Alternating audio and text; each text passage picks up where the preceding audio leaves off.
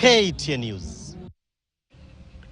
So global statistics have revealed that about 8 million people die annually due to tobacco use and abuse.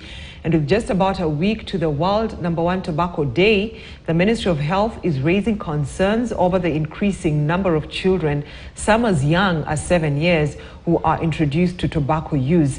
As Shadrach Miti reports, Tobacco Control Board of Kenya has cited commercial and business interest as the greatest hindrance in combating tobacco production and use.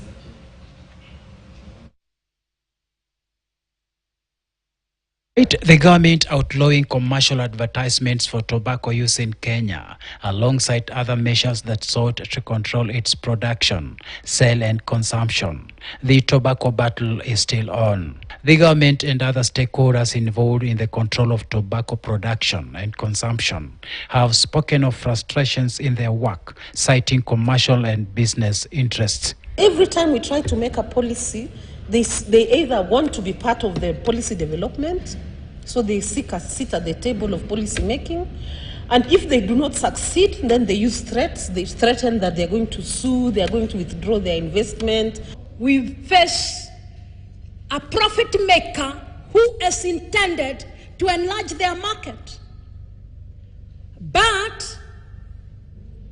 And they know where to start by selling, trying the children to have and test from whatever age 7, age 9, age 10. Yet, even as this push and pull continues, a whole generation could be wiped away. It is most important to mention about infertility, impotence, and reduced libido among men and women, because it reduces the blood flow to the sexual organs and therefore reduces the urge, the function of such organs.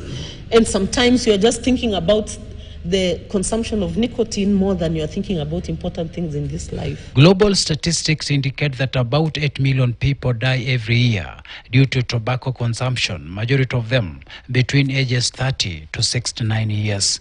We have built our capacity. Now we have very productive middle-aged people. They will soon be dying because many of them consumed tobacco for many years when tobacco was not controlled. And it takes many years for you to see the effects of tobacco consumption, up to 25 to 30 years. Closer home, however, the statistics are even more alarming, with the Minister of Health indicating that 2.5 million Kenyans, accounting for 11.5% of the total population, use tobacco. Tobacco has the highest amount of natural nicotine, which makes it more addictive. Yet, even with such, manufacturers include other chemicals to make nicotine easily soluble. Accordingly, a single cigarette contains at least 7,000 chemicals, which are all dangerous and harmful to human life and the environment. Nobody can eat or chew or smoke tobacco if it is not flavored. It is very harsh. So they put flavors to mask the harshness of tobacco products and also to make it palatable, because it can be very corrosive. And tobacco is not just harmful to human. Even land suffers its harshness. Tobacco plants require more chemicals to grow, which experts say drains the soil of its valuable minerals, making it difficult for other crops to survive. It harms not only the user but also the non-user. It is smoked or consumed by the most poor, so it even makes them more poor. The farmers, it ruins their land, they don't earn much, it makes them even more poorer and dependent. They are slaves of the industry. With the world set to mark World No Tobacco Day on May 31st, the Ministry of Health and the Tobacco Control Board have called for concerted efforts in eradicating tobacco growing and consumption to save a generation. Shadrach Miti, KTN News. So the Kenyan economy